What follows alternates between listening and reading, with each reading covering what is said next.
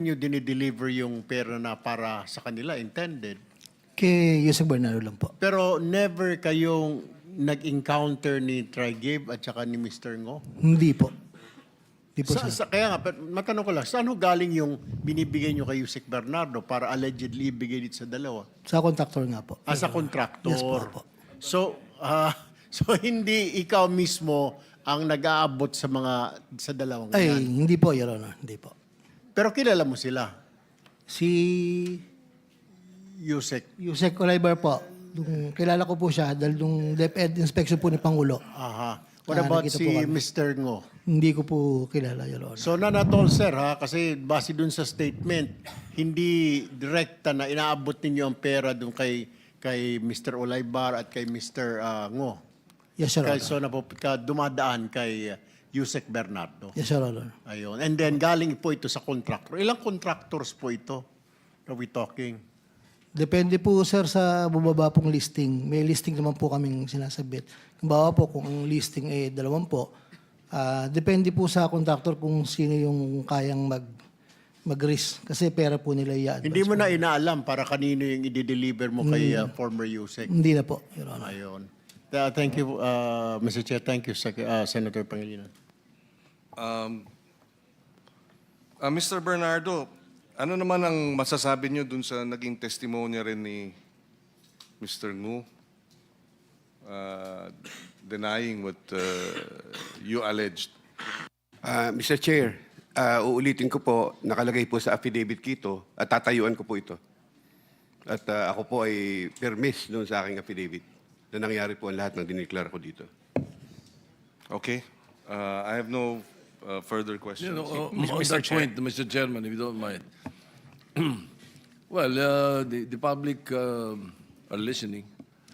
We have two resource persons who are saying that Yusek Bernardo is lying. But Yusek Bernardo is a state witness now because he has already been evaluated and included in the witness protection program. Is that right? That is correct, Mr. Chair. All right. And just one point on the substandard that you mentioned earlier, Senator Pangilinan, Mr. Chairman. Itong mga, madali makita nyo yung ghost. This is addressed to the DPWH. Ano? Kita na eh. So madaling ayusin, madaling kasuhan. Okay. Ang sinasabi ninyo ngayon, medyo natatagalan kayo sa substandard, di ba? Pagka ganon, kailangan pang patunayan eh. Meron pang ano yan, yung quality nung project, ano? So in the meantime, I suggest that what you do is that you either ask the pickup or if you can do it, automatically suspend, blacklist, or ban the contractors of those projects, of those substandard projects. Automatic, ganun po kagad siguro.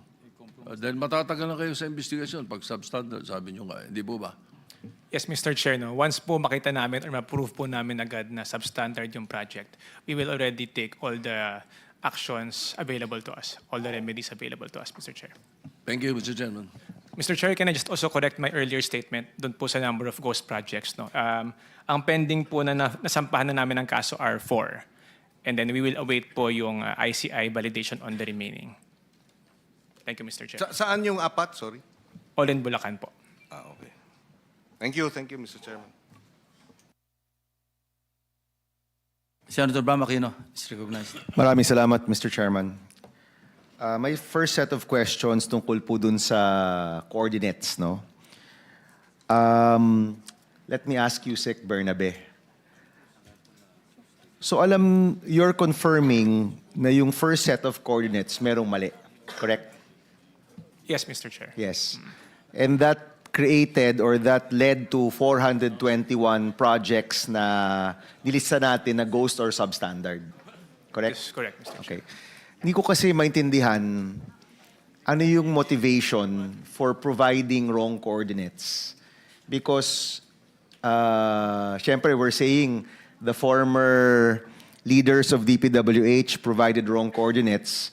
Pero ang magiging output po niyan, may mga lugar na akala nyo ghost project, pero yun pala mali yung mga lugar. So in short, it would create more problems for them kasi mas lalaki yung number of ghost projects. Correct, no? Tama ba ako? Tama, Mr. Chair. Tama. So, hindi ko maintindihan yung logic why you would provide wrong coordinates. Because if I provide a wrong coordinate at walang makita doon, ghost project yon, mas guilty ka. Di ba? Mas guilty yung ahensya, mas guilty yung mga kasama sa DPWH doon. So, I'm trying to understand, can you hazard a guess why they would put in wrong coordinates?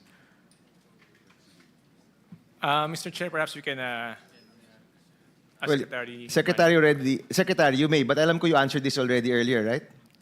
Yes, Your Honor. I think, in the first place, it is not actually correct to say that what we have submitted are wrong coordinates. These are correct coordinates, but for purposes of planning.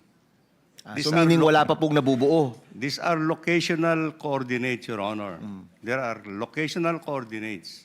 Now, the other coordinates that we are talking about are coordinates for contracting purposes. Hindi ho ba magkaparehas ang locational tsaka ang contractual Kung coordinates? minsan hindi ho yung locational is where the project is located, and then the other one is actually yung as stake plan. That is the purpose of actually, then it could differ from the locational coordinate and actually the Okay. actual contract coordinates. Okay, Secretary, hindi ho ba ang locational coordinate is a specific point, di ba? Pero syempre, pag pumunta ka na doon, siguro naman within your eyesight, makikita mo yung Yes. proyekto, di ba? So it should be within that vicinity. Yes, Your Honor. It is actually where the project, what town, anong province, and anong river nandoon. Okay, but ganun po ka general? Yes, Your What Honor. river? Hindi anong part of the river? Yes, for purposes of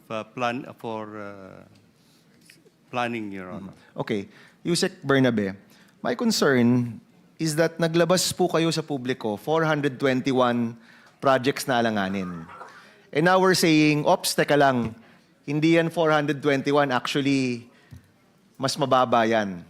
Correct, yan ang mangyayari, no? Hindi naman yan dadami, mas kukonti yan. That is correct, Mr. Chair. That is correct. And ang takot ko, yung publiko na ngayon pa lang mababa na ang tiwala sa atin, baka ang isipin nila, nag-cover up tayo. Kasi yung 400 noon na binalandra natin ngayon, sabihin mo ng 200 na lang, 150 na lang, ibig sabihin yan, mas konti yung mga alanganing nahanap. Are you thinking of that? Naiisip niyo po ba yun na baka yun ang dating sa tao na may tinatago tayo, sinabi na nating 400, ngayon babalik tayo, 300 lang pala, 200 lang pala. Yeah, of course, Mr. Chair. No? Kaya lang po, that's why we used at the onset, I suspect